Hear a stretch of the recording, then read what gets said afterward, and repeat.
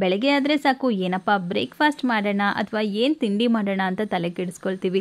ಇವತ್ತು ನಾನು ಸೂಪರ್ ಆಗಿರುವ ಹೋಟೆಲ್ ಸ್ಟೈಲಲ್ಲಿ ಮಾಡುವಂತಹ ಮಸಾಲೆ ದೋಸೆ ತೋರಿಸ್ತಾ ಇದ್ದೀನಿ. ಅದು ಕೂಡ ಕ್ರಿಸ್ಪಿಯಾಗಿ ಮಾಡುವಂತಹ ಮಸಾಲೆ ದೋಸೆ. ಜೊತೆಗೆ ಹೋಟೆಲಲ್ಲಿ ಯಾವ ರೀತಿ ಚಟ್ನಿ ಮಾಡ್ತಾರೆ ಅದನ್ನು ಕೂಡ ತೋರಿಸ್ತಾ ಇದ್ದೀನಿ. ಮಾಡೋದು ಕೂಡ ತುಂಬ ಈಸಿ ಆ್ಯಂಡ್ ರುಚಿ ಕೂಡ ಸೂಪರ್ ಆಗಿರುತ್ತೆ. ಮೊದಲಿಗೆ ನಾನಿಲ್ಲಿ ಒಂದು ಬೌಲ್ಗೆ 4 ಲೋಟದಷ್ಟು ದೋಸೆ ಅಕ್ಕಿನ ಹಾಕೊಳ್ತಾ ಇದ್ದೀನಿ. ದೋಸೆ ಅಕ್ಕಿ ಇಲ್ಲ ಅಂತಂದರೆ ನಾರ್ಮಲ್ ಅಕ್ಕಿನೂ ಕೂಡ ನೀವು ಯೂಸ್ ಮಾಡ್ಕೋಬೋದು. ಅಕ್ಕಿ ಜೊತೆಗೇ ಅರ್ಧ ಸ್ಪೂನಷ್ಟು ಮೆಂತ್ಯ ಅಕ್ಕಿ ಅದನ್ನು ಕೂಡ ಪಕ್ಕದಲ್ಲಿ ಇಡ್ತಾ ಇದ್ದೀನಿ. ಈಗ ಒಂದು ಬೇರೆ ಬೌಲ್ಗೆ 1 ಗ್ಲಾಸಷ್ಟು ಉದ್ದಿನಬೇಳೆ ಜೊತೆಗೆ 1 ಗ್ಲಾಸಷ್ಟು ಅವಲಕ್ಕಿನ ಹಾಕಿ ಇಡ್ತಾ ಇದ್ದೀನಿ. ಇದನ್ನು ಕೆಲವರು ಒಟ್ಟಿಗೆ ಹಾಕೊಳ್ತಾರೆ, ಬಟ್ ನಾನಿಲ್ಲಿ ಸಪ್ರೇಟಾಗಿ ಹಾಕೊಳ್ತಾ ಇದ್ದೀನಿ. ನಾನಿಲ್ಲಿ ಎಲ್ಲನೂ ಕೂಡ ಒಂದೇ ಗ್ಲಾಸ್ ಮೆಷರ್ಮೆಂಟಲ್ಲಿ ಹಾಕ್ಕೊಂಡಿದ್ದೀನಿ. ಈಗ ನೀರಲ್ಲಿ ಒಂದ್ಸಲ ಚೆನ್ನಾಗಿ ತೊಳ್ಕೊಬೇಕಾಗತ್ತೆ. ಏನಿಲ್ಲ ಅಂತಂದ್ರೂ 3 ಇಂದ 4 ಸಲ ಇದನ್ನು ಚೆನ್ನಾಗಿ ವಾಶ್ ಮಾಡ್ಕೊಳ್ಳಿ. ಚೆನ್ನಾಗಿ ವಾಶ್ ಮಾಡ್ಕೊಂಡು ಆದಮೇಲೆ ಇನ್ನೊಂದ್ಸಲ ನೀರು ಹಾಕಿ ಇದನ್ನು ಇಡಬೇಕಾಗತ್ತೆ. ಇದನ್ನು ನೀವು 4 ಇಂದ 5 ಗಂಟೆ ಅಷ್ಟು ನೆನೆ ಹಾಕಿದ್ರೆ ಸಾಕಾಗುತ್ತೆ. ನೀವು ಮನೇಲಿ ದೋಸೆ ಮಾಡಿದಾಗ ಪರ್ಫೆಕ್ಟಾಗಿ ಹೋಟೆಲ್ ಸ್ಟೈಲಲ್ಲಿ ದೋಸೆ ಕ್ರಿಸ್ಪಿಯಾಗಿ ಬರಬೇಕು ಅಂತ ಅಂದರೆ ನೀವು ಮೆಷರ್ಮೆಂಟ್ನ ನೀವು ಕರೆಕ್ಟಾಗಿ ಹಾಕಬೇಕಾಗತ್ತೆ. ಸೊ ಮೆಷರ್ಮೆಂಟ್ ಕರೆಕ್ಟಾಗಿ ಹಾಕಿದಾಗ ಪರ್ಫೆಕ್ಟಾಗಿ ಹೋಟೆಲಲ್ಲಿ ಮಾಡುವಂತಹ ಕ್ರಿಸ್ಪಿ ಮಸಾಲೆ ದೋಸೆ ಥರನೇ ಬರುತ್ತೆ. ಸೊ ಮಸಾಲೆ ದೋಸೆ ಏನಾದರೂ ಬೇಕು ಅಂತಂದರೆ ಈ ಪ್ರೋಸೆಸ್ನ ನೀವು ಟ್ರೈ ಮಾಡಿ. ಕೆಲವು ಸಲ ದೋಸೆ ಮಾಡಬೇಕು ಅಂತ ಮಾಡಿರ್ತೀವಿ, ಆದರೆ ಕೆಲವು ಸಲ ಚೆನ್ನಾಗಿ ಬರೋದಿಲ್ಲ, ಕ್ರಿಸ್ಪಿಯಾಗಿ ಬರೋದಿಲ್ಲ. ಆವಾಗ ನಾವು ಯೋಚನೆ ಮಾಡ್ತೀವಿ ಎಲ್ಲಿ ನಾವು ಮಿಸ್ಟೇಕ್ ಮಾಡಿದ್ದೀವಿ ಅಂತ. ಮಿಸ್ಟೇಕ್ ಆಗಿರೋದೇ ಮೆಷರ್ಮೆಂಟಲ್ಲಿ. ಸೊ ಮೆಷರ್ಮೆಂಟ್ ಪ್ರಾಪರ್ ಆಗಿರಬೇಕು. ಈಗ 4 ಇಂದ 5 ಗಂಟೆ ಆಗಿದೆ. ಈಗ ಇದನ್ನು ರುಬ್ಕೊಳ್ತೀನಿ. ಆ್ಯಂಡ್ ರುಬ್ಕೊಳ್ಳೋದನ್ನು ಕೂಡ ಒಂದು ಮೇನ್ ಪ್ರೋಸೆಸ್ ಆಗಿರುತ್ತೆ. ದೋಸೆಗೆ ನೀವು ರುಬ್ಕೋಬೇಕು ಅಂತಂದರೆ ಇದನ್ನು ನೀಟಾಗೆ ರುಬ್ಕೋಬೇಕಾಗತ್ತೆ, ನುಣ್ಣಗೆ ರುಬ್ಕೋಬೇಕಾಗತ್ತೆ. ತುಂಬ ನೀರಾಗೂ ಮಾಡ್ಕೋಬೇಡಿ, ಇಲ್ಲಾಂತಂದರೆ ತುಂಬ ಗಟ್ಟಿಯಾಗೂ ಮಾಡ್ಕೋಬೇಡಿ. ಸ್ವಲ್ಪ ಗಟ್ಟಿಯಾಗಿದ್ರೂ ಪರವಾಗಿಲ್ಲ, ಸ್ವಲ್ಪ ನೀರನ್ನು ಆ್ಯಡ್ ಮಾಡಿಕೊಂಡು ಮ್ಯಾನೇಜ್ ಮಾಡ್ಕೋಬೋದು. ರುಬ್ಕೊಂಡಾದಮೇಲೆ ಆದಷ್ಟು ಇದನ್ನು ಕೈಯಲ್ಲಿ ನೀಟಾಗಿ ಕಲಿಸ್ಕೊಳ್ಳಿ. ಒಂದು 5 ನಿಮಿಷ ಇದನ್ನು ಚೆನ್ನಾಗಿ ಕಲಿಸ್ಬೇಕು. ಆಗ ಫರ್ಮೆಂಟೇಷನ್ ಚೆನ್ನಾಗಾಗುತ್ತೆ ಆ್ಯಂಡ್ ದೋಸೆ ಉಳಿ ಬಂದು ಉಬ್ಬುತ್ತೆ ಕೂಡ. ಕಲಿಸ್ಕೊಂಡಾದ್ಮೇಲೆ ಒಂದು ಪ್ಲೇಟನ್ನು ಮುಚ್ಚಿ ನೈಟೆಲ್ಲ ಬಿಟ್ಬಿಡಿ. ಬೆಳಗ್ಗೆ ಆಗೋಷ್ಟರಲ್ಲಿ ಈ ರೀತಿ ನೀಟಾಗಿ ಉಬ್ಬಿರುತ್ತೆ. ಈಗ ನಾನು ರುಚಿಗೆ ತಕ್ಕಷ್ಟು ಉಪ್ಪನ್ನು ಆ್ಯಡ್ ಮಾಡ್ಕೊಳ್ತಾ ಇದ್ದೀನಿ. ಜೊತೆಗೆ 1 ಸ್ಪೂನಷ್ಟು ಸಕ್ಕರೆ ಕೂಡ ಆ್ಯಡ್ ಮಾಡ್ತಾ ಇದ್ದೀನಿ.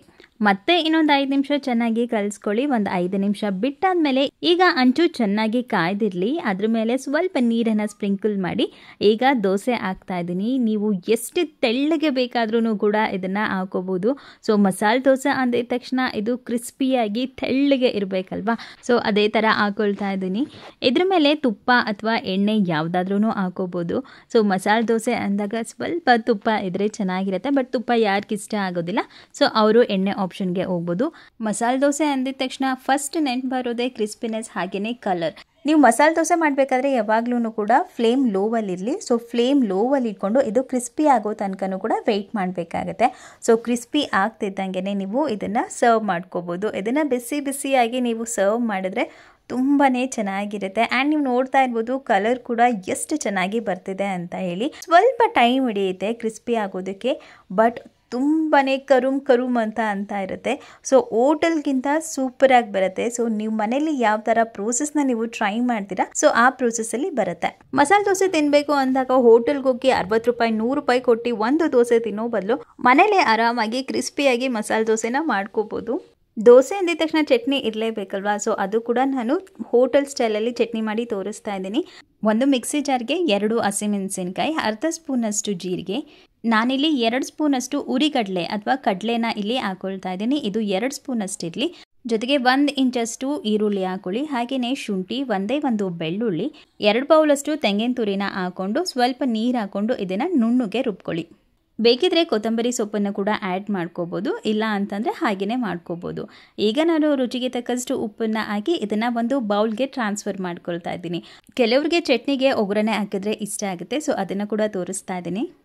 ಈಗ ಒಂದು ಬಾಣಲಿಗೆ ಸ್ವಲ್ಪ ಎಣ್ಣೆ ಹಾಕೊಳ್ತೀನಿ. ಎಣ್ಣೆ ಚೆನ್ನಾಗಿ ಕಾದಾದಮೇಲೆ ನಾವು ಇದಕ್ಕೆ ಸಾಸಿವೆ ಹಾಕೋಬೇಕಾಗತ್ತೆ. 1 ಸ್ಪೂನಷ್ಟು ಸಾಸಿವೆ, ಹಾಗೆಯೇ 1 ಸ್ಪೂನಷ್ಟು ಜೀರಿಗೆ, ಒಣಮೆಣಸಿನ್ಕಾಯಿ 2 ಹಾಕ್ಕೊಳ್ತೀನಿ. ಹಾಗೆಯೇ ಸ್ವಲ್ಪ ಕರಿಬೇವಿನ ಸೊಪ್ಪನ್ನ ಹಾಕ್ಕೊಂಡು ಇದನ್ನು ಚೆನ್ನಾಗಿ ಫ್ರೈ ಮಾಡ್ಕೊಳ್ತೀನಿ. ಬೇಕಿದ್ರೆ ಇಂಗನ್ನು ಕೂಡ ಆ್ಯಡ್ ಮಾಡ್ಕೋಬೋದು. ಈಗ ಒಗ್ಗರಣೆನ ಚಟ್ನಿಗೆ ಆ್ಯಡ್ ಮಾಡಿದ್ರೆ ಹೋಟೆಲ್ ಸ್ಟೈಲಲ್ಲಿ ಮಾಡುವಂತಹ ಚಟ್ನಿ ಕೂಡ ರೆಡಿಯಾಗಿದೆ.